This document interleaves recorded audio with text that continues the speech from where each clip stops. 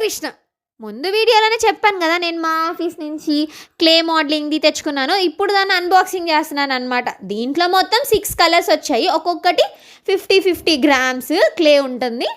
And మొత్తం కలిపి 300 grams అనమాట. అన్నిటినీ సపరేట్ చేసి పెట్టి, ఇక్కడ స్పెషల్ ఏంటో తెలుసా, డబ్బా మూత పైన అండ్ డబ్బా వెనుక భాగంలో డిఫరెంట్ షేప్స్ ఉన్నాయన్నమాట.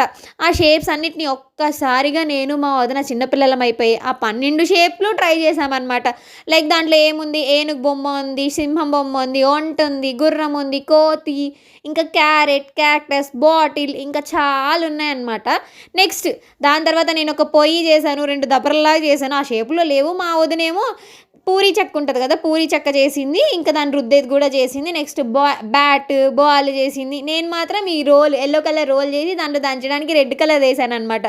ఇవన్నీ చేస్తుంటే మాత్రం ఒక్కసారిగా చిన్నప్పుడు మెమరీస్ అన్నీ గుర్తొచ్చేస్తాయి కదా.